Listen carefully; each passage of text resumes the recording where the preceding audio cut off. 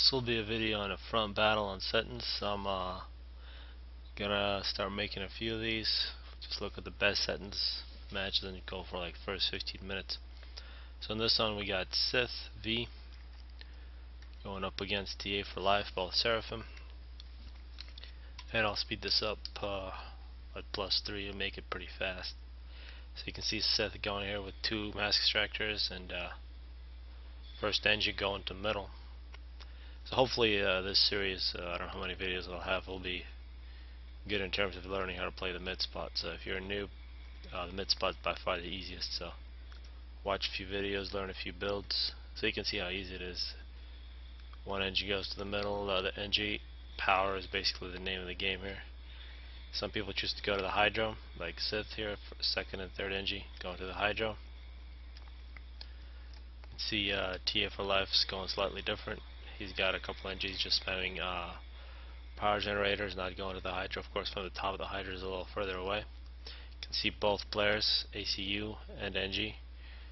You can see both getting here around 2 minutes 40 seconds or 3 minutes. You can see early scout here, early Celine from TA4Life. Also some tanks. You can see both players here have a lot of plans. Now you also see some tanks coming out for Cyth.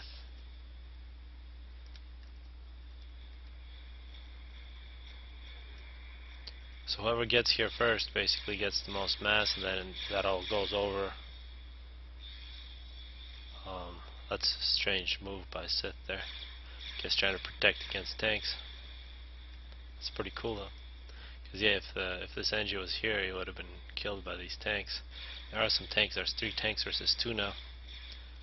So now we're at minute 3. I'll slow this down. They're almost coming up on minute 4. You can see there's a lot less mass here now. A lot of power from Cyth. Still no other factories besides the first one. A few more factories for TA4Life. So you can either go with factories or you can go with T2 mask extractors. So that mass that you're getting from the middle, you can see there's 3 of them upgrading for Cyth. And it's okay to upgrade them before you even get all your mask extractors built. So now in this game we're going to see a lot of interference from other players, so that's kind of what makes this interesting. It's not just a 1v1. You got 6 other players making it not the same every time for you. So it's just because it's the same map, the situation is always different. And now you can see some of Cyth tanks getting through, and TA getting some help with some T1 bombers here. Cyth gets 1 mask extractor. That was a really nice bomb here from anti-drip. Multiple bombers here, and we see some air support from Sky out now for Cyth. See some tanks still doing some raiding from TA4Life. Don't have a scout, so they have no idea what they're doing. And we already see 3 T2 mask extractors from Cyth now, and she's going to begin making factories to spam some tanks. You see TA4Life already has a bunch of tanks. In terms of T2 mask extractors, he only has 2, and no others planned, so a little more aggressive. You can also see he's very late getting the hydro, got it only at 6 minutes, and then he's going to get a whole bunch more P-gens. Cyth had our hydro, which is getting attacked right now. That's something like 2 minutes. It's a very different ways of playing this front spot. Now you can see TA moving through the middle. Cyth has retreated. There is really nothing for her to win at this point. She can retreat, regroup, get a force, and exploit the fact that she does have a slightly better eco, an extra T2 mask extractor. TA4Life being aggressive here really didn't get the challenge he expected, so this was kind of a waste, because he can't really go past this point. He can maybe take out a couple mask extractors, but Cyth has a sufficient force to defend, and now we see Cyth getting an upgrade with her ACU.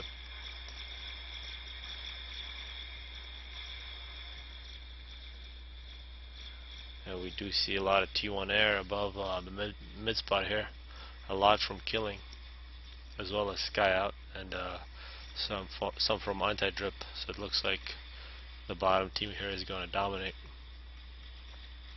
So both mid players now have significant forces. And I would see this is what you always should do, is help out with your NGs. So it looks like Cyth first went gun, then went T2 engineering. TA4Life going first with T2 engineering, then the gun. So I guess when you're getting the gun with T2 engineering, you have a chance of stalling your eco because your power is going to drop. And then you can see both players while they're getting an upgrade on the ACU have paused all their factories, so that you want to get that upgrade as soon as possible so you can get into the middle, start fighting. And you can see as soon as both those upgrades are done, so both players have identical upgrades, very similar forces. See Barry got a couple more T2 mass extractors, getting the 5th. Or TA4Life, same player.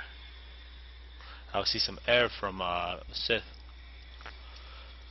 That's something that mid players should always do, but sometimes it takes a little too much concentration. If you can scout for yourself. So now you're going to see two identical ACUs now. T2 and gun, and overcharging is going to be the name of this game. So you can see how both players are keeping the ACU ahead. How Cyth getting 5 kills. Still only 3 for TA4Life. We also see a T2 PD from TA4Life, which doesn't seem to be shooting much. It's like hitting a bump. That's one bad thing about SERA from T2 PDs. You can see both players going slightly down in health to about 10,000. Still really strong ACUs though. You can see 21 kills for Cyth, 27 for TA4Life. And Cyth seems to have gotten the better of that fight. The T2 PD didn't really help much, and one difference here is that we see Cyth may have a few more factories that she's spamming from. TA4Life at 48, 49, and now we see a mercy snipe from Gov. That's unfortunate. That did allow TA4Life to turn the battle. However, we do see David Tell here with support, Destroyer, going against TA4Life. There's a lot of at stake here in the middle. We see NGs from TA4Life, a lot of NGs, a lot of wreckage. We also see, looks like Cyth bombing with T1 bombers here. All those bombs missed, but still an interesting concept. They all ran into some ASF. You can see TA4Life just overcharged the Destroyer. That's one thing you should always try to do, and be careful when you send your Destroyer to the middle. It gets too close, especially ACU that has an upgraded gun. Now you see Cyth rolling through 54 kills, 53 for TA4Life, very even.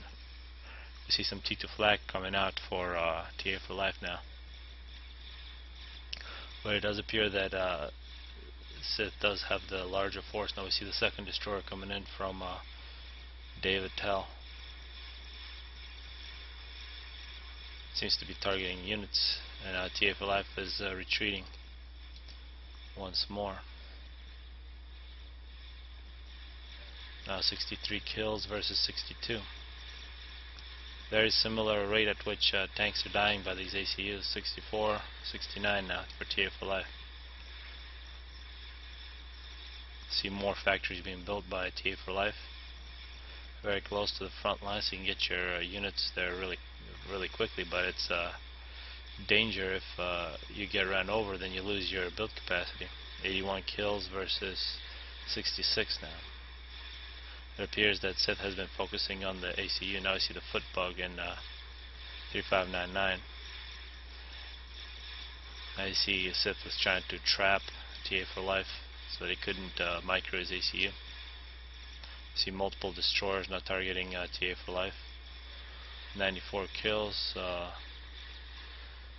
7,000 health. That's one good thing about having a T2 engineering, is that you will always have a lot of health. I see TA is going to hit 100, back up to 12,000 health, and these destroyers are actually getting on land. See a destroyer in support of TA4Life from Anti-Drip. This is Aeon, so these are really not that good at attacking large numbers of units. Cybern is really the perfect destroyer to do this. It has a really long range and high fire rate. Now Cyth at 75 kills is going quite deep. She's attacking the T2 factory from TA4Life. TA4Life gets back out of the water. Start targeting the NGs. NG's trying to get a radar for Cyth. We see basically 3 destroyers from not only 2, a second overcharge from TA4Life, 110 kills. Both destroyers targeting TA4Life. Cyth just got bombed the strat bomber. She's at 78 kills, down to 2,000 health, and TA4Life gets destroyed. So at minute 16, TA4Life dies. Cyth just got 80 kills. She got a little bigger bonus in terms of health. You can see anti-drip is going to retreat, doesn't want to get overcharged. So that was pretty intense. So I'm going to speed this up, see how much longer this game lasts before it lags so hard it's no longer interesting. So you can see the situation here. We have Governor. He's about to fight Killing in ASF, and Killing makes a really bad move here. He's just running away. So he basically lost all of his ASF on that exchange. In Navy, we have a pretty big advantage for the bottom team, with David Tell making a whole bunch of destroyers, which are for whatever reason on land now. And now we see these torpedo bombers from Skyout. These are Seraphim torpedo bombers, and these are notoriously not good, especially in shallow water. And this is ridiculous that these are actually getting to hit destroyers, given that Governor has complete potential air domination. We see here Illuminate 4G2. Looks like he does have a nice eco, a lot of T2 mass extractors, but a lot more NGs need to be around his factory. So something like a few T1 ground factories spamming NGs into this area. You can look at what David Tell's doing, so that's slightly different. You can see multiple ground land factories here helping out to get lots of NGs around your naval factories. You can see Cyth is still rolling through a lot of those destroyers from just 4 destroyers, getting attacked by these Aeon destroyers. We also see some Yoshivas. This Navy, a few cruisers from Illuminate are trying to target these destroyers that are on land. It's much easier to hit destroyers that are on land because they're much slower, so you can see even Aeon can hit them. Cyth gets herself a shield. 91 kills now, taking out a few frigates.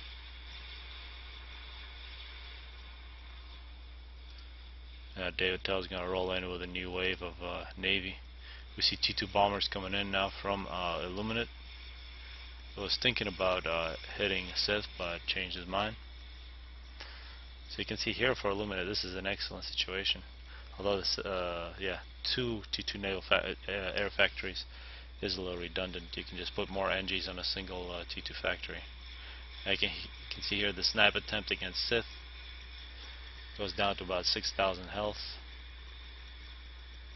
Killing is going to come in and kill a few of those T2 bombers, but he does have an inferior air force. And now Cyth is going to get our shield. You can see done just in time. 1,000 health left, so 2 more bombs from these T2. I don't understand how Killing still has ASF in this area. It's ridiculous. 2 more bombers. If they would have hit Cyth, she would have been dead. And now you can see how Illuminate is in trouble. Just way too much production from David Tell. On the other side, we see a more even story here with Seraphim from Skyout not doing too much, but now we do see T3 submarines coming out for Skyout. He also has the same problem. No land factories here. It's really hard to get any build capacities as your naval factories. A whole bunch of T2 flak and a chicken now. This is very strange from a rock player to actually be building a chicken, but I guess it works. Now we see more strat bombers coming in. Cyth is going to go into the water. This water is pretty safe for her, given that It's total naval control from David Tell. So these T2 bombers is exactly what is needed here, given that Governor does have air control. Now Cyth is going to continue to roll through with their tanks. A few more T2 shields. It's going to be 3 Seraphim shields. Very difficult to break through.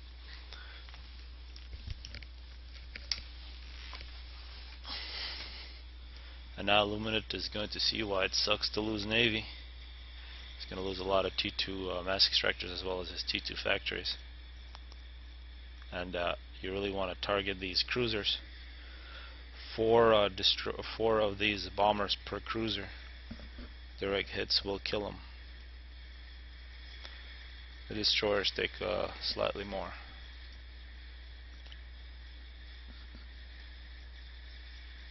You really want to get the cruisers first onto air and then take out the destroyers.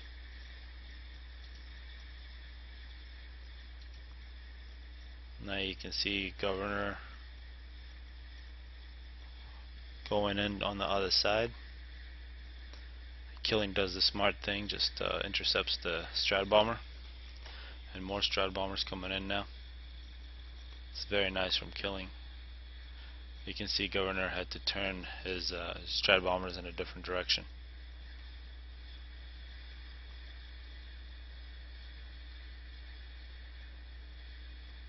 And again, a really nice move getting behind Governor here, even though he has inferior numbers, getting a few free shots at his Air Force. See the Strat Bombers taking out T1 Raider. 3 Strat Bombs against 1 T1 Raider.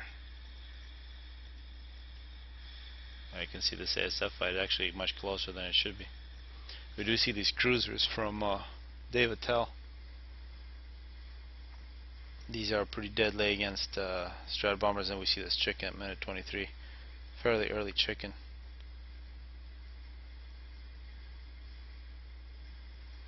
You can see the result of losing Navy. A slow death. And now you can see a lot of this Navy actually going in and shutting down production completely. For Illuminate, he is getting some sort of upgrade. Perhaps T2 or the torpedo launcher. Right now it would be best for me. Yeah, he did get T2. So he's going to make some T2PD to go up against these destroyers, but they do outrange those T2PD, so not a good counter. An overcharge right now would be very good. And you can see Cyth has just gone very deep into Governor's base, and T2 flak mixed with tanks, really T2 flak mixed with Arty, is a really lethal combination for undefended bases, which we'll try to defend with air, the fastest thing they can make, but flak very effective. So a bad situation for the top side. And I can see a lot of these Strat Bombers just being wasted by a Governor. Cyth now sitting in the middle at 95 kills. She does have the cruise missile upgrade. We see destroyers versus ACU. These just walked by the ACU. They should have been overcharged maybe. We'll see that now. No overcharge.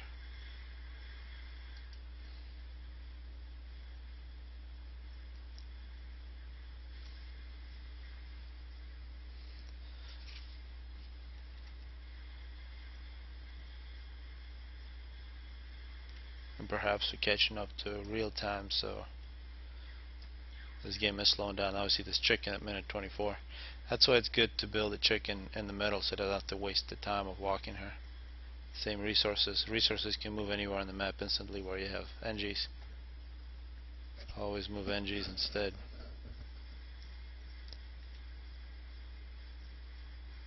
You can see some T3 mass extractors not being killed. Takes too long to kill them. Now we actually see Killing being very aggressive here with his ASF, doing the right thing. Instead of trying to fight the ASF where Governor's air is, he just goes at the source of the production.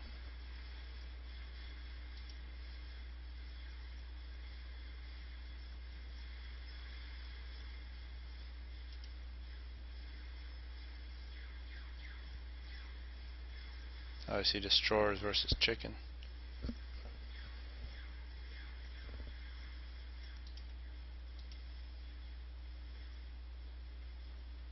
And actually spider bot as well.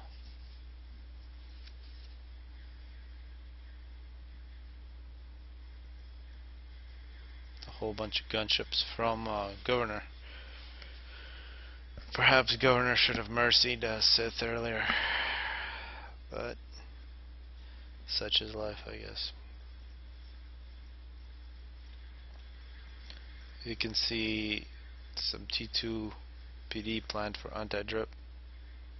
Is getting a very expensive upgrade, something like RAS.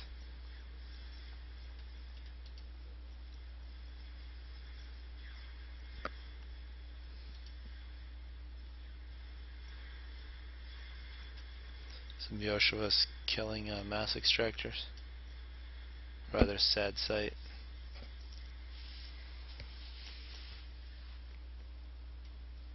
And now we can see ASF coming from David Tell as well as killing. So David Tell played extremely well in this one. Got some T3 power, and those early Navy was very good on the side. And now we're going to see gunships versus ASF, and the gunships are going to lose. That's a lot of gunship, T2 gunships from Governor. And T2 flag support for this chicken is going to really help.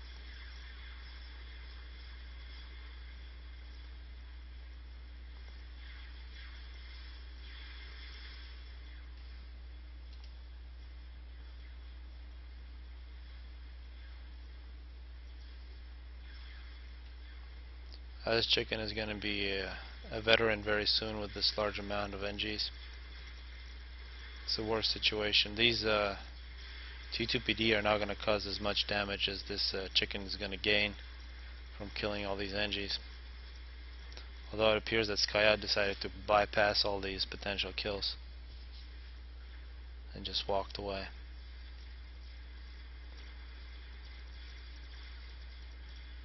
Just got out of range of these T2 destroyers, and obviously this T3 sub just got destroyed.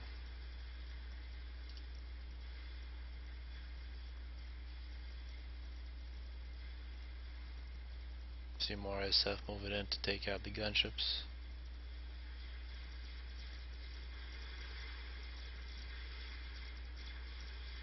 You can see the chicken is already a 2-star chicken. It's gonna get a couple more. It's good to just self-destruct these, no need to feed the chicken. You can see how it's getting more and more health. A 5-star, 125 kills, basically got full health. And 100,000 total health. So now just gonna walk all over anti-drip space. See a spider moving in at the same base as the chicken. That doesn't make sense. Probably should have moved in to find. I guess we missed a little bit of gameplay here. We see Illuminate has ACU with T2 and the torpedo. Actually got quite far here. It's got 3 kills, most likely all ships. And these cruisers have no ability to shoot. They have no torpedoes. So 3 kills for this ACU. And there goes anti-drip.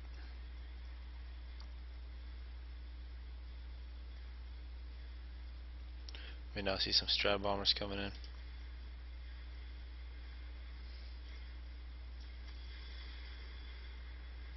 Now it looks like David Tell is targeting water here.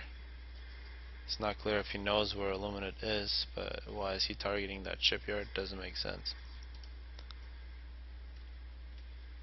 And now we see a GC has been completed by Governor. He's basically waiting for a teleport. Yeah, it would be bad to teleport to the GC. And he has given his units over to Illuminate. And this is basically game over. So I hope you guys enjoyed it and didn't watch it this far. Just watched it for the first 10 minutes.